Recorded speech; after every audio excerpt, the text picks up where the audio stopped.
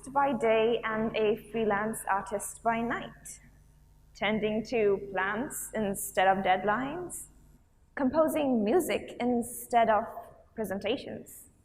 So, if you had a choice between pursuing a promising, solid career or a career which involved your hobby, which one would you pick?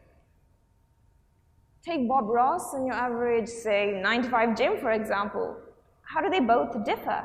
Now, our man, Bob Ross, he took a risk, he followed his passion, and he made an entire career out of it.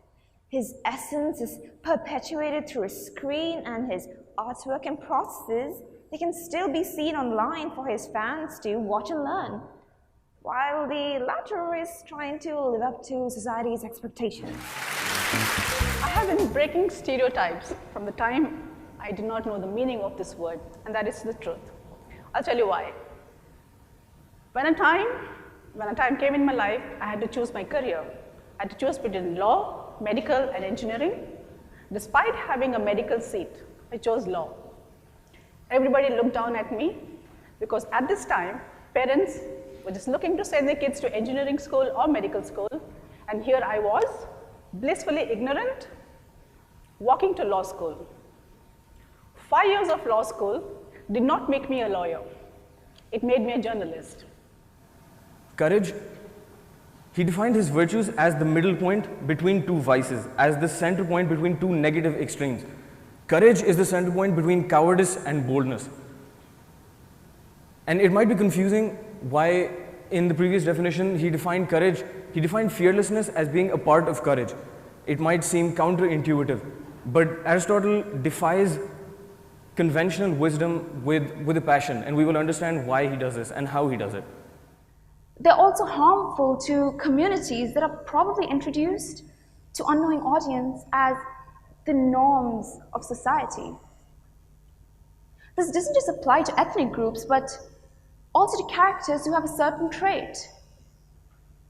Say, how many books and movies have you seen where the studious character has a questionable taste in clothes and where the sports player is extremely attractive but somewhat intellectually behind? Do you remember what Peter told Tony Stark during Civil War? Look, when you can do the things that I can, but you don't, and then the bad things happen, they happen because of you. So I'm going to repeat that. He said, when you can do the things that I can, but you don't, and then the bad things happen, they happen because of you.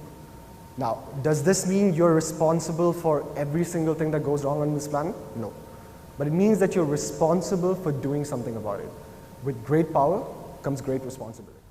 Asian culture consists of a lot of things. Asian culture consists of great music, art, history, architecture, politics, religions, and it's amazing how we can come together.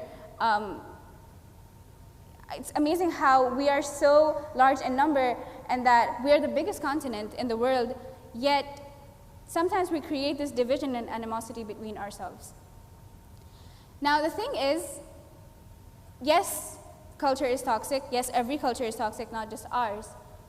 But when that new Bollywood movie comes out, when that new Hindi movie comes out, we're all there. We're all there. The cinemas are filled with people, every shade of brown. Even Arabs come to see Hindi movies because we've got subtitles, we've got you, no problem.